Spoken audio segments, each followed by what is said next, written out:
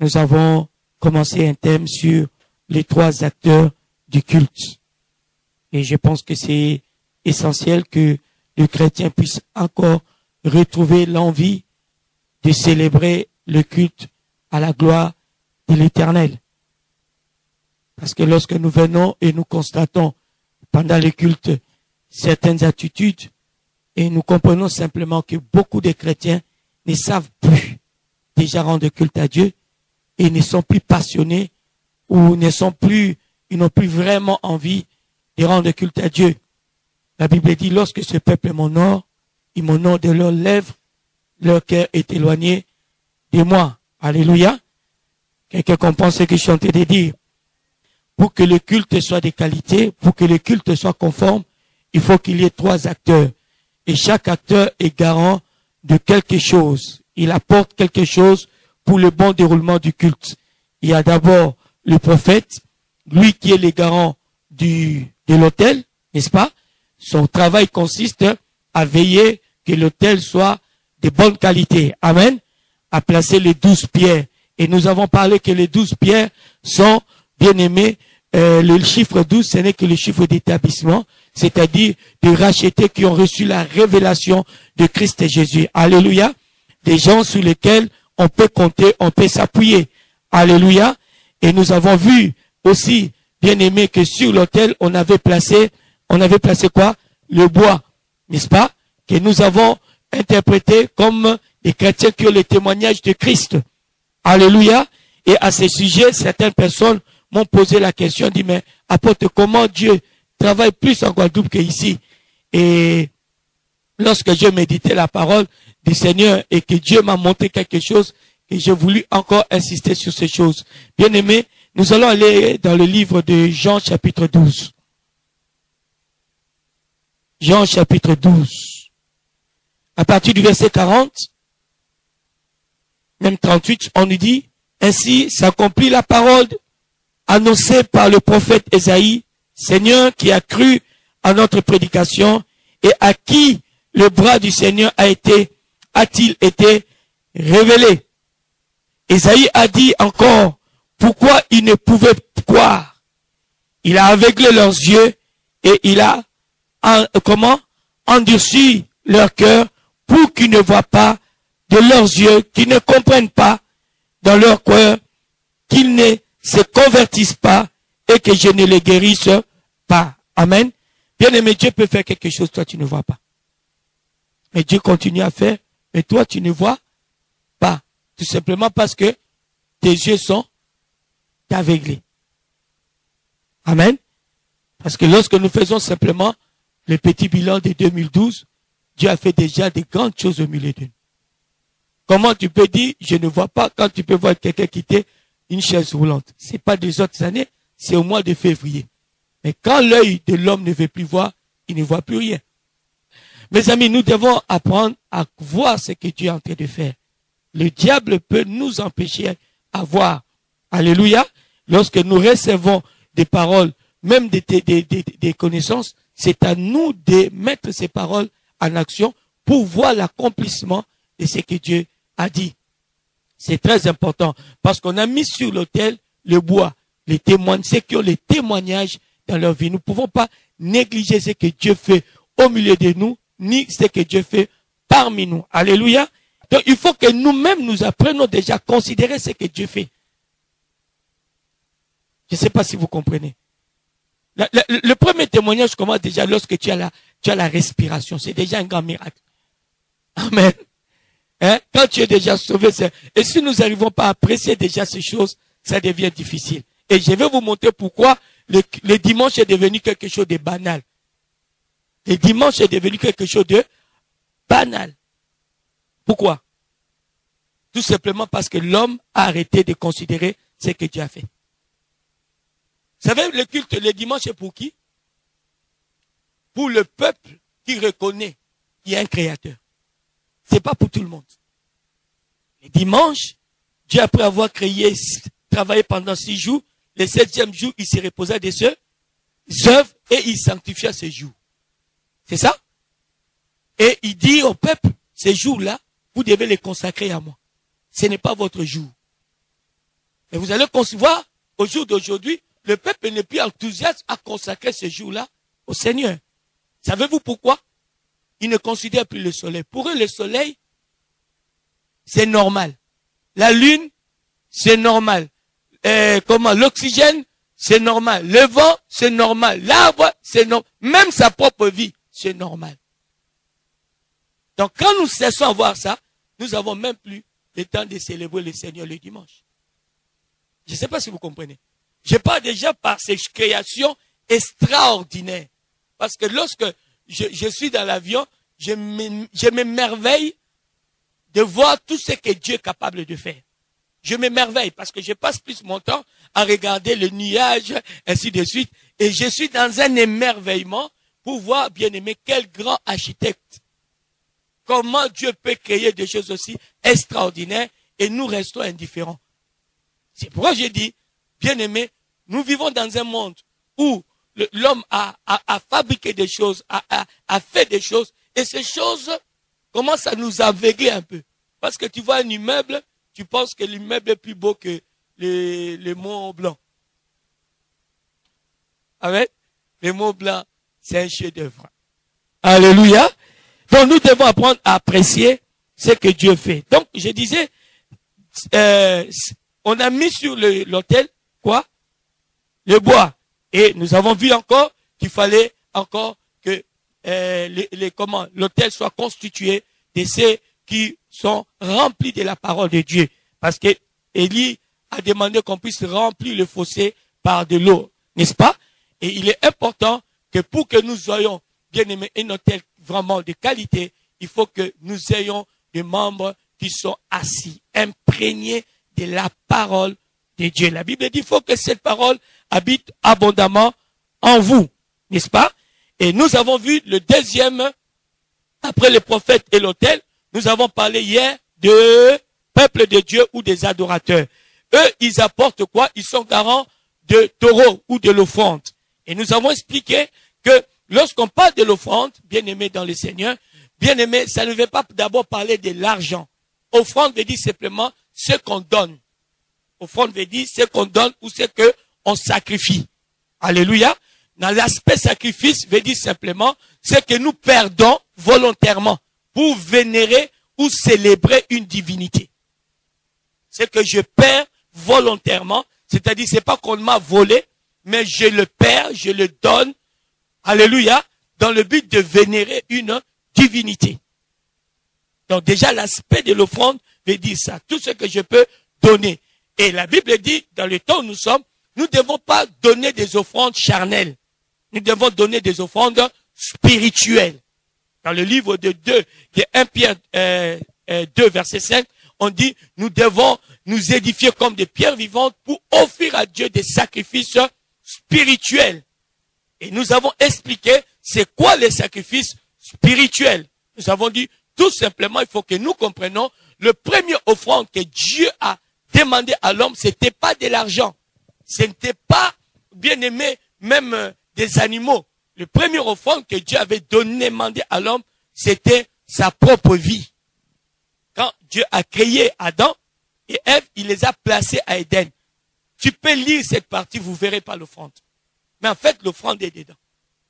Amen.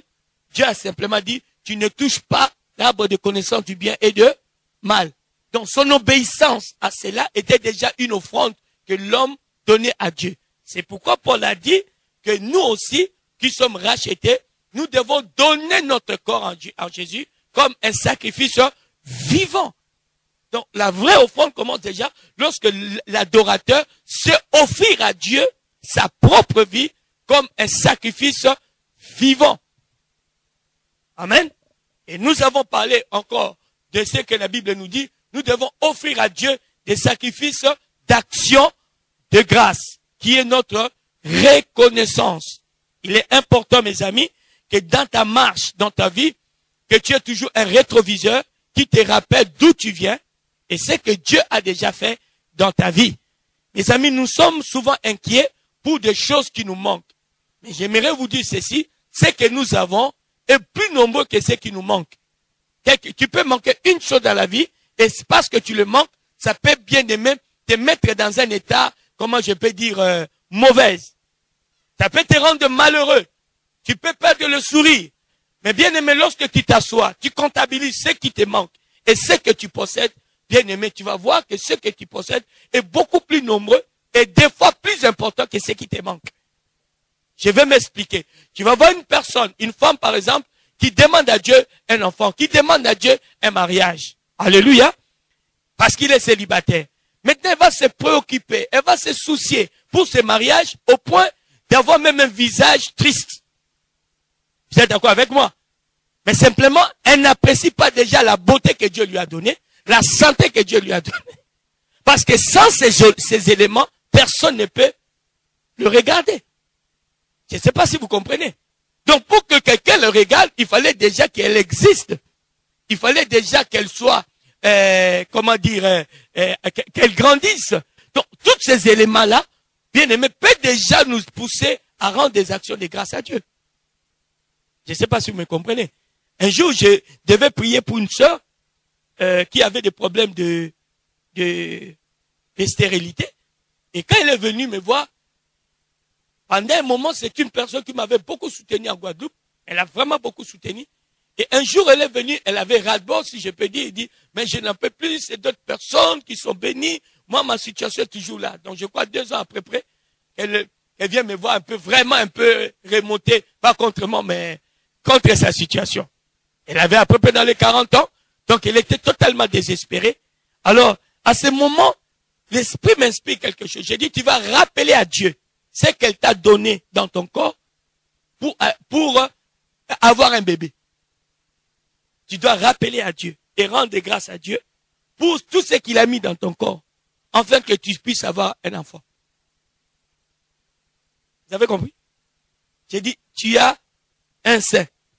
Dis à Dieu, cela a été mis pour qu'un bébé entre dedans. Rends grâce à Dieu pour ça. Alléluia. Alléluia. Dieu t'a donné, hein, pour allaiter. Alléluia. Rappelle à Dieu toutes ces choses et lui-même il saura ce que tu vas lui dire. Mais bien aimé, elle va faire cette prière le mois qui vient. Elle est tombée enceinte. Parce qu'elle a simplement rappelé à Dieu, puis voilà, tu m'as donné la poitrine, c'est pas pour que les hommes le touchent. C'était pour la nourriture de mon bébé. Je te rends grâce pour ça. Tu m'as donné voilà, pour qu'un enfant puisse avoir un lieu où il va dormir déjà. Donc tu m'as créé très bien pour qu'un bébé soit là. Je vous dis, bien aimé devant Dieu, 1 mois après, elle est tombée enceinte. Bien aimé, des fois nous nous plaignons, nous nous inquiétons de peu de choses. C'est pourquoi la Bible dit, ne vous inquiétez de rien. Considérez déjà ce que vous avez dans la vie. Rendez grâce à Dieu par rapport à ce que vous avez dans la vie. Alléluia. La vie, Dieu est très généreux. La vie est vraiment magnifique. Bien aimé, nous devons apprendre à apprécier tout ce que Dieu nous donne. Le mariage, les enfants. Même quand vous avez l'impression qu'ils sont difficiles, appréciez déjà qu'ils sont, vous les avez. C'est déjà une grâce. Et c'est comme ça, Dieu va déjà accomplir un miracle pour vous. Si vous voulez qu'il change, il va le changer parce que vous savez apprécier ce que Dieu donne. Alléluia. Et nous avons dit encore qu'il y a aussi le sacrifice de louange. La louange, nous avons dit, parler des bienfaits ou des hauts faits de l'Éternel. Un bon enfant de Dieu doit savoir louer le Seigneur, il doit savoir célébrer le Seigneur, n'est-ce pas? Et nous avons parlé aussi de sacrifice d'adoration, bien-aimé, qui veut dire simplement parler de ce que Dieu est. Amen. Et nous avons parlé aussi des sacrifices de fruits de notre travail. Alléluia. Nous avons défini toutes ces choses et je crois que ceux qui étaient là hier, ils ont suffisamment compris. Et nous avons défini les cultes. C'est là où je vais commencer mon message. Comme quoi, nous avons défini les cultes selon la parole de Dieu. Exode 5, verset 1 à 2. On définit le culte comme une célébration ou une fête à l'honneur de l'Éternel. J'essaie encore de regarder dans le dictionnaire pour comprendre le mot célébration, ce que ça veut dire. Célébration veut dire simplement une fête éclatante. C'est-à-dire une fête qu'on fait avec éclat, une grande fête. Alléluia. Et une fête qui est faite à la gloire de l'Éternel. Donc, dans le livre d'Exode, il est dit aux hommes ou aux rachetés d'aller faire une fête à la gloire de l'Éternel. Et nous avons dit, pour que la fête soit de qualité, il faut qu'il y ait 3 choses. Quelles sont les 3 choses que nous devons trouver dans un endroit pour qu'on puisse bien fêter? On a dit quoi? La nourriture, les boissons, et quoi? Et l'atmosphère ou l'ambiance. Si je pars dans une boîte de nuit, je vais trouver les boissons, mais c'est pas une fête. N'est-ce pas? C'est ça que nous avons dit, n'est-ce pas? Je peux être invité par un ami, manger, je vais manger, mais ce n'est pas une fête.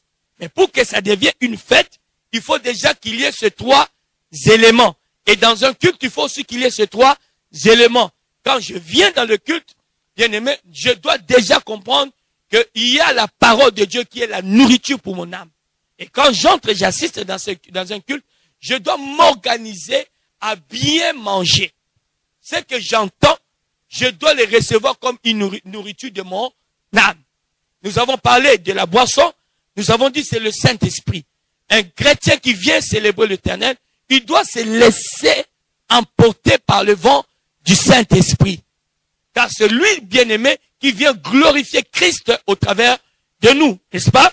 Et nous avons parlé aussi de l'ambiance, de l'atmosphère. La Bible dit, entrez dans ces portes avec des cris de joie et entrez dans ces parvis avec des cris d'allégresse. Il n'est pas normal qu'un enfant de Dieu vienne dans la maison de Dieu triste, malheureux. C'est pas normal, c'est pas biblique. Même si la semaine était difficile. Mais moi, je sais une chose, la Bible dit, réjouissez-vous toujours dans les Seigneurs.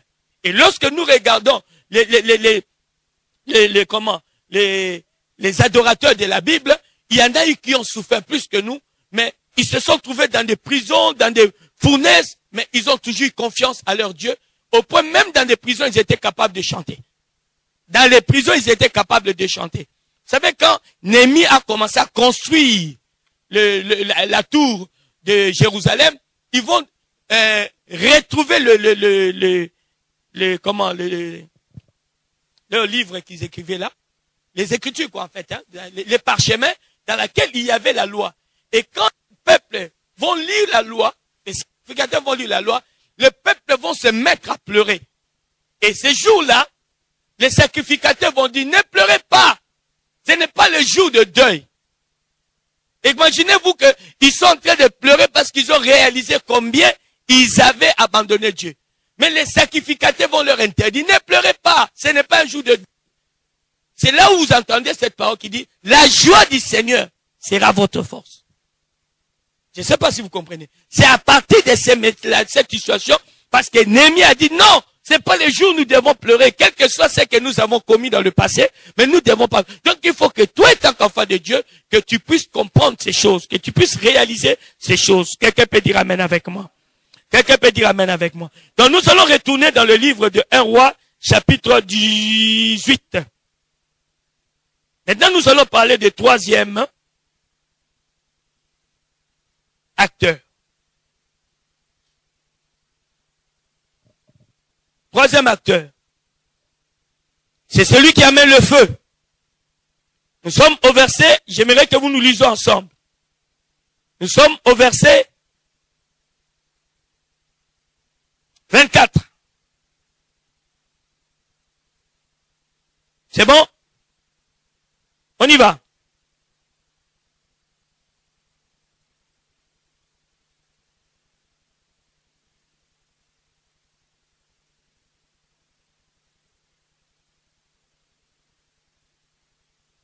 La Bible, tout le peuple dit quoi? C'est bien. La Bible dit ceci. Puis faites appel au nom de votre Dieu. Quant à moi, je ferai appel au nom de l'Éternel. Le Dieu qui répondra par le feu, c'est celui-là qui sera Dieu. Tout le peuple répondit, c'est bien. Alléluia.